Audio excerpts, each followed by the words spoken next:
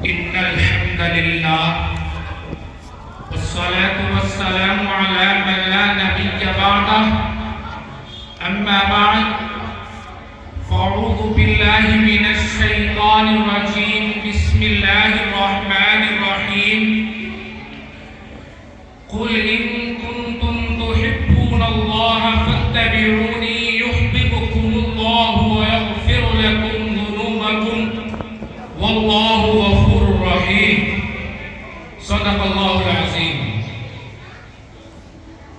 بزرگان محترم، برادران اسلام اور اسٹیج پر تشریف فرما علماء کرام اور آج کی اس مبارک مجلس میں انتہائی محبت اور عقیدت احترام کے ساتھ اپنے ادارے کی دعوت پر، قرآن پاک کی نسبت پر، دین کی نسبت پر پروردگار عالم کا شکر ہے کہ اس نے ہم سب کو جمع فرمایا۔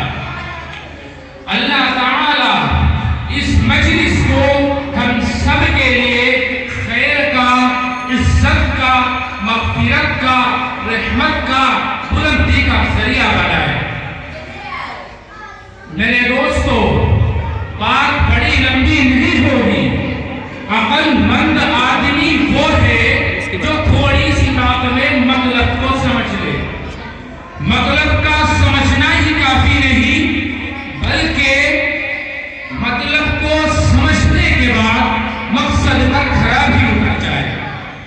اس لیے خاص طور سے نوجوان ساتھی اس بات کا عزم اور ارادہ رکھے کہ انشاءاللہ ہم اپنی زندگی کو، اپنی جوانی کو، اپنی شباب کو، اپنی تمام تر طاقت کو آنے والے ٹائم میں اتنا پاورفل اور مضبوط بنانے کی فکر کریں گے کہ ایمان اور اسلام کی امانت ہمارے کاندھوں اور ہماری محنتوں کے ذریعے سلامت رہے۔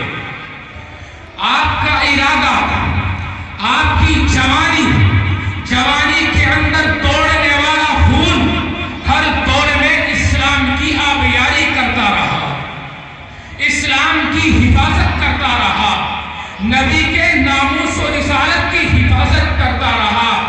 آج جو فتنے اور مسائل ایمان اور ایمانی دعوت کے سلسلے میں رکاوٹ بن کر، آڑ بن کر، دیوار بن کر جو دنیا کی پاپی طاقتیں اسلام کی آواز کو، اسلام کی شان کو، اسلام کی روشنی کو روکنے کے لیے اپنی ایڑی چوٹی کا زور لگا رہی ہے، ان تھپیڑوں میں، آزمائشوں میں، الجھنوں میں مسلمان نوجوان اپنی جوانی کو، جوانی کے اندر دوڑنے والے خون کو، اس کی طاقت کو اللہ کے دین کے لیے 10% بھی اگر استعمال کرے گا تو خدا کی قسم اسلام کو کوئی دنیا کی طاقت نقصان نہیں پہنچا سکتی۔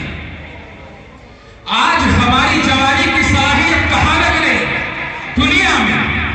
ہماری جوانی کی صلاحیت کس میں لگ رہی ہے؟ موبائلوں میں، فیس بک پر، واٹس ایپ پر، یوٹیوب پر، انٹرنیٹ پر ہم اپنی جوانی کی صلاحیت لگا رہے ہیں۔ ہمیں پتہ نہیں کہ اللہ اور اس کے رسول کی چاہت و منشا کیا ہے، کون سی وہ تبلیغ ہے، کون سی وہ تعلیم ہے جس تعلیم کے راستے پر چل کر بچوں نے اپنی قربانی پیش کی، جوانوں نے اپنی قربانی پیش کی، اور کس انداز سے پیش کی کہ دنیا کی طاقت مثال پیش نہیں کر سکتی۔ میرے دوستو، ہم جھوٹے،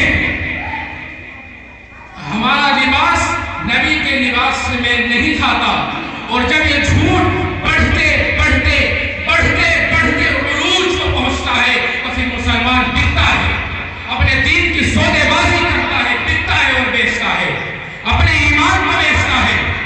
کیوں؟ جس کے دل میں نبی کا سچا کلمہ ہوگا، جس کو نبی سے سچی محبت ہوگی، وہ چند کوڑیوں میں، دلالی میں، چند پیسوں میں اس ایمان کو نہیں بیچے گا۔